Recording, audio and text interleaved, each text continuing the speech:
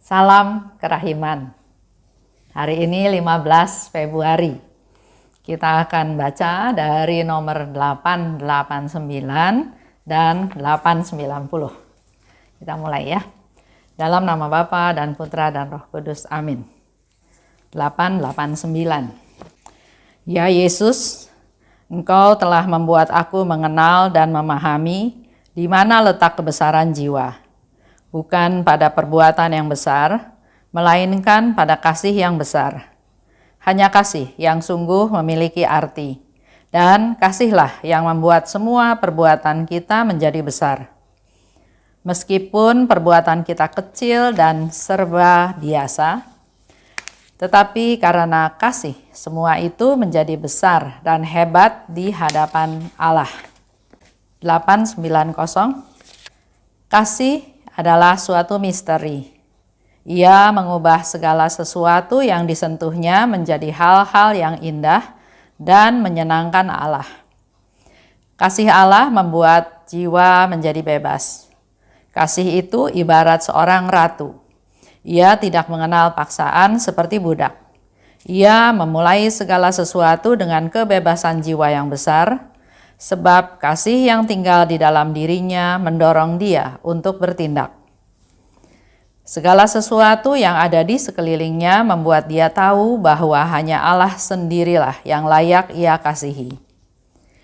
Jiwa yang mengasihi Allah dan tenggelam di dalam Dia menghadapi tugas-tugasnya dengan keterbukaan yang sama seperti ia menghampiri komuni kudus dan melaksanakan tugas-tugas yang paling sederhana dengan perhatian yang besar. Di bawah tatapan Allah yang penuh kasih. Ia tidak terganggu kalau sesudah beberapa waktu sesuatu kurang berhasil. Ia tetap tenang sebab pada saat bekerja ia telah melakukan apa yang dapat ia lakukan. Kalau kebetulan terjadi bahwa kehadiran Allah yang hidup yang ia nikmati hampir sepanjang waktu meninggalkan dia, ia berusaha untuk terus hidup dalam iman. Jiwanya memahami bahwa ada masa-masa istirahat dan masa-masa pertempuran. Berkat kehendaknya, ia selalu tinggal bersama Allah. Jiwanya laksana seorang kesatria yang sangat terlatih untuk bertempur. Dari jauh ia melihat di mana musuh bersembunyi dan siap menggempur. Ia tahu bahwa ia tidak sendirian. Allah adalah kekuatannya. Temanya memang masih tentang kasih ya di bulan Februari ini. Yesus, Engkau telah mengajarkan di mana letak kebesaran jiwa. Kita kadang nggak tahu ya, kadang orang berkomentar, wah orang itu berjiwa besar. Ya, sering kita dengar kata-kata tersebut. Dan hari ini Suster Faustina mendapat satu penjelasan dari Yesus sehingga dia katakan, Engkau mengajar aku di mana letak kebesaran jiwa. Letak kebesaran jiwa bukan karena perbuatan yang besar, yang terkenal, yang hebat. Tapi letak kebesaran jiwa adalah pada kasih yang besar. Ini menjadi satu masukan buat kita semua bahwa apa yang kita lakukan, mari kita lakukan atas dasar kasih. Bukan terpaksa, bukan takut, bukan mau show, tapi kita harus punya kasih dulu. Oleh sebab itu mari kita minta kasih dari Allah supaya kita punya modal, punya bekal untuk melakukan segala sesuatu dengan dasar kasih. Hanya kasih yang sungguh memiliki arti. Kita melakukan sesuatu, misalnya contoh. Pemain badminton, ya, terkenal, juara dunia berkali-kali bertahun-tahun terus. Terkenal, memang terkenal pada masanya. Dia dielu-elukan, dia dihormati, dia hebat, dia bahkan kaya dari penghasilan yang dia dapat. Tapi semua ada batasnya. Pada saat usianya mulai bertambah, pada saat kondisi fisiknya mulai menurun, dia udah nggak bisa jadi juara lagi walaupun dia berusaha sedemikian rupa. Itu hukum alam ya. Jadi biar bagaimanapun ada tahapan di mana dia harus mundur. Dia harus bisa menerima fakta bahwa dia bukan juara lagi. Dia bukan orang yang sangat terkenal lagi. Memang pernah terkenal tapi nggak bisa menjadi orang yang terus-terusan terkenal. Jadi di sini mau dikatakan kebesaran jiwa itu bukan karena perbuatan yang besar, tapi kasih yang besar. Dan hanya kasih yang mempunyai arti. Kembali lagi ya dengan main badminton. Dulu saya juga pemain badminton, jadi saya tahu kurang lebih ya bagaimana perjuangannya, latihannya. 1 minggu itu kan 7 hari. Saya pun main olahraga, berlatih 1 minggu 7 kali. Bahkan ada 1 hari 2 kali, sore dan malam. Dengan tujuan supaya prestasinya meningkat. Tapi sekarang saya tahu bahwa dalam latihan, dalam bertanding, ternyata sportivitas, support itu lebih penting. Dan kalau pelatih kita mengajar dengan tekanan, harus menang. Karena tujuannya supaya pelatihnya menjadi terkenal. Beda dengan pelatih yang melatih dengan kasih. Dasarnya kasih. Jadi mensupport saya untuk giat latihan, tapi bukan untuk kepentingan pelatih. Supaya pelatihnya terkenal ya, tapi untuk kepentingan saya. Dan dia lakukan itu dengan mengasihi, dengan kasih. Bukan dengan hukuman dan bukan dengan paksaan, tapi dengan kasih. Nggak kelihatan. Memang waktu itu juga saya merasa ya biasa-biasa saja ya disupport oleh pelatih. Tapi sekarang saya evaluasi kembali, ternyata pelatih saya itu melakukannya dengan kasih. Dengan kasih yang besar, itu yang mempunyai nilai. Mungkin sayanya sendiri baru sadar sekian puluh tahun kemudian. Tapi dalam bacaan ini disebutkan bahwa melakukan segala sesuatu dengan kasih yang besar itu yang punya arti dan itu dilihat oleh Tuhan. Tuhan tahu. Hanya kasih yang mempunyai arti. Dan kasih memberi, membuat semua perbuatan menjadi besar. Walaupun itu hanya tindakan yang sederhana. Tindakan yang kecil, yang biasa, yang sederhana, tapi karena kasih maka sesuatu itu jadi besar dan jadi hebat di hadapan Allah, bukan di hadapan manusia. Contoh, kita tahu ya dalam jalan salib ada peristiwa ke-6. Veronica mengusap wajah Yesus. Apa yang dilakukan oleh Veronica? Siapa Veronica? Nggak ada yang tahu, nggak ada yang kenal. Dia perempuan kebanyakan yang menyaksikan, yang melihat perjalanan Yesus di jalan salib.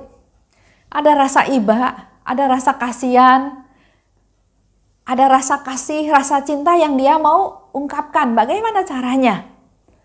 Dia nggak punya wewenang, dia nggak punya posisi, dia nggak punya kekuasaan, tapi ada dorongan kasih yang besar. Dan dorongan kasih yang besar itu membuat dia berani bertindak. Membuat dia nggak takut lagi. Kan di sana ada banyak serdadu, ada banyak orang nonton, kebanyakan orang menghina Yesus. Bukan simpati sama Yesus ya, tapi lebih ke arah mendorong, mencabuk. Pada saat tentara itu mencabuk, mungkin orang-orang di sana yang menonton tertawa, kesenangan ya, karena melihat orang pesakitan ini disiksa, dicambuk. Tapi karena punya kasih yang besar, maka hal-hal yang membuat dia takut, khawatir itu hilang semuanya. Dengan dasar kasih yang besar, dia melakukan satu tindakan. Dia keluar dari kerumunan, dia datang menghampiri Yesus, dan dia mengusap wajah Yesus. Satu ungkapan kasih. Ya, kasih itu memang harus dinyatakan. Kalau dia diam-diam aja kan nggak ada yang tahu. Jadi dengan mengungkapkan kasihnya dia kepada Yesus, dia melakukan satu perbuatan kecil. Cuma mengusap wajah Yesus. Nggak nolong apa-apa sebetulnya dalam tanda kutip. Yesus tetap haus, Yesus tetap dicambuk sama tentara, perbuatannya kecil.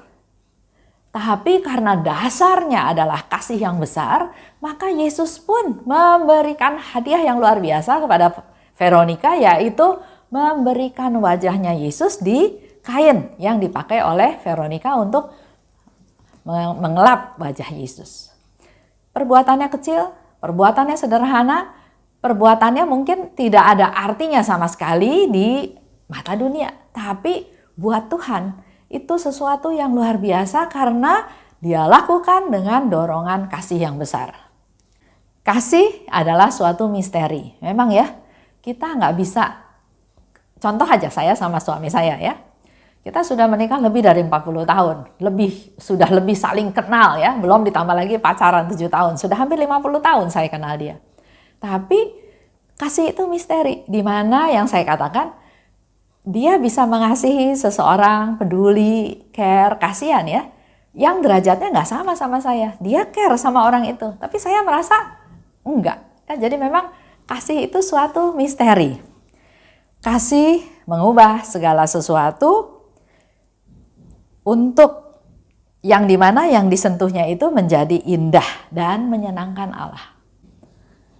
Contoh yang saya pernah cerita ya, dimana kalau kita pergi ke perayaan Ekaristi, kita suka ketemu sama pengemis yang ada di kursi roda. Dia nggak minta, tapi Haryanto tergerak untuk memberi. Saya jadi merasa, loh kok kayak rutinitas ya, kayak dipalak dalam tanda kutip seminggu sekali, kayaknya harus kasih gitu. Bahkan Haryanto bilang, kok kamu nggak kasih? Saya bilang enggak, nanti aja minggu depan. Karena Haryanto sudah tegur, kok saya nggak kasih? Dan ternyata waktu minggu depan, pengemisnya udah nggak ada, udah meninggal. Di situ Haryanto ingetin saya lagi tuh, kalau mau berbuat baik itu jangan ditunda. Ya, dorongan kasih antara saya dan suami saya beda. Sehingga saya katakan itu kasih itu misteri. Sebaliknya juga terhadap orang lain, dukungan saya, ungkapan saya mengasihi orang itu lebih besar daripada yang di matanya Haryanto. Karena kita masing-masing punya pandangan sendiri-sendiri, punya cara berpikir sendiri. Sehingga memang di sini dikatakan, saya setuju dengan kata-kata bahwa kasih itu suatu misteri. Dan kita dapat ilmu hari ini bahwa kasih itu bisa mengubah sesuatu, di mana apa yang disentuh oleh kasih itu menjadi indah dan menyenangkan Allah. Kasih Allah membuat jiwa kita bebas. Kita dapat kasih dari Allah, kita menjadi berani, kita menjadi tidak takut, seperti contoh tadi Veronica ya. Kasih itu dikatakan oleh Faustina seperti ratu, yang nggak perlu tunduk sama orang lain, yang nggak perlu mengalami paksaan. Kamu harus, ya nggak ada ya. Dalam kasih itu adalah ada satu kebebasan. Kasih memulai segala sesuatu dengan kebebasan jiwa. Kalau kita mengasihi dengan dipaksa itu bukan kasih, mungkin karena takut, mungkin karena sebab-sebab lainnya ya. Tapi kalau kasih itu adalah kita lakukan dengan sukacita, dengan sukarela, bebas ya. Kasih yang dalam dirinya mendorong dia untuk bertindak. Sangat jelas. Contoh dari Veronica. Ada kasih yang mendorong dia untuk bertindak. Dia tahu bahwa hanya Allah yang layak dikasihi. Itu Suster Faustina katakan ya. Dari segala senya, hanya Allah yang layak dikasihi. Jiwa yang mengasihi Allah tenggelam dalam dia. Mari kita belajar mengasihi Allah, sehingga kita juga bisa mengalami apa yang Suster Faustina katakan, tenggelam dalam Allah. Tugas-tugas dikerjakan dengan keterbukaan seperti ia menghampiri komuni kudus. Tugas-tugas yang diberikan oleh Tuhan, dia lakukan dengan penuh sukacita karena jiwa ini mengasihi Allah. Jadi apapun yang tugas diberikan oleh Allah, dia lakukan dengan sukacita sampai perasaannya seperti dia mau menyambut komuni kudus, menyambut Tuhan. Jadi tugas itu juga bukan dihindari, tapi justru dinanti-nantikan seperti kita mau menyambut komuni. Ada sukacita, ada kerinduan, ada keinginan menyambut Tuhan supaya Tuhan masuk ke dalam diri kita. Dan tugas-tugas yang paling sederhana dikerjakan juga dengan penuh perhatian, bukan asal-asalan. Kita suka berpikir bahwa wah ini tugas sulit nih. Jadi kita harus konsentrasi, kita harus sediain waktu untuk bisa menghasilkan hal yang baik. Tapi kalau kerjaannya sederhana aja ya sudah, asal saja. Di sini kita belajar, mari kita lakukan tugas-tugas walaupun itu sederhana, tapi dilakukan dengan penuh perhatian, dengan kesungguhan. Di bawah tatapan Allah yang penuh kasih. Karena kita tahu apapun yang kita lakukan, Allah itu melihat. Mari kita lakukan dengan penuh perhatian. Dan Suster Faustina juga memberikan satu sharing pada kita, menghibur kita semua. Kalau pekerjaan itu ternyata kurang berhasil. Jadi nggak semua pekerjaan kita bisa lakukan berhasil ya. Kalau pekerjaan itu tidak berhasil, tetap aja tenang. Nggak perlu khawatir, nggak perlu takut, nggak perlu merasa bersalah. Sebab ia sudah lakukan apa yang ia biasa lakukan. Karena sudah dilakukan dengan penuh perhatian, sudah dilakukan dengan sebesar kemampuannya dia, kalau berhasil dia nggak usah merasa salah karena dia sudah melakukan apa yang bisa dia lakukan. Jiwanya memahami ada waktu-waktu istirahat dan ada masa pertempuran. Dalam hidup kita juga memang begitu. Nggak ada saat yang selalu berhasil, tapi juga nggak ada saat yang selalu gagal. Jadi ada masa-masa istirahat, tapi ada juga masa-masa kita harus bertempur, kita harus berjuang. Ia selalu tinggal dalam Allah, laksana kesatria yang terlatih untuk bertempur. Dari jauh ia bisa melihat musuh dan siap menggempur. Ia di sini adalah kasih ya. Kasih itu selalu tinggal dalam Allah. Dan dengan kita bermodal kasih, maka kita itu seperti kesatria yang siap bertempur. Siapapun yang akan melawan, kita sudah siap dengan senjata kita, yaitu kasih. Ia tahu bahwa ia tidak sendirian. Karena kasih ada di dalam Allah, dan kalau kita punya kasih yang dari Allah, maka kita nggak sendirian. Kita pasti ada Allah yang menemani. Jadi nggak perlu takut gagal, nggak perlu takut berhadapan dengan orang-orang atau dengan situasi ya. Selama kita punya dasar, lakukan segala sesuatu dengan melihat segala sesuatu juga dengan dasar kasih. Itu aja untuk hari ini. Mari kita semakin bersandar pada Tuhan, minta supaya Tuhan memberikan rahmat kasih kepada kita supaya kita juga dimampukan untuk bisa mengasihi sesama. Dalam nama Bapa dan Putra dan Roh Kudus. Amin. Oh luka kerahiman, oh hati Yesus, sembunyikanlah aku di dalam lubuk hatimu. Laksana satu tetes darahmu sendiri. Dan jangan biarkan aku terlepas dari situ selama-lamanya. Kurunglah aku di dalam lubuk hatimu, dan ajarlah aku mencintai Engkau. Tuhan, mampukan aku memahami sepenuhnya siapa dirimu. Bawalah aku masuk ke dalam rengkuhan mesramu, sejauh itu dapat ditanggung oleh kodrat insani. Amin. Dalam nama Bapa dan Putra dan Roh Kudus. Amin. Salam kerahiman.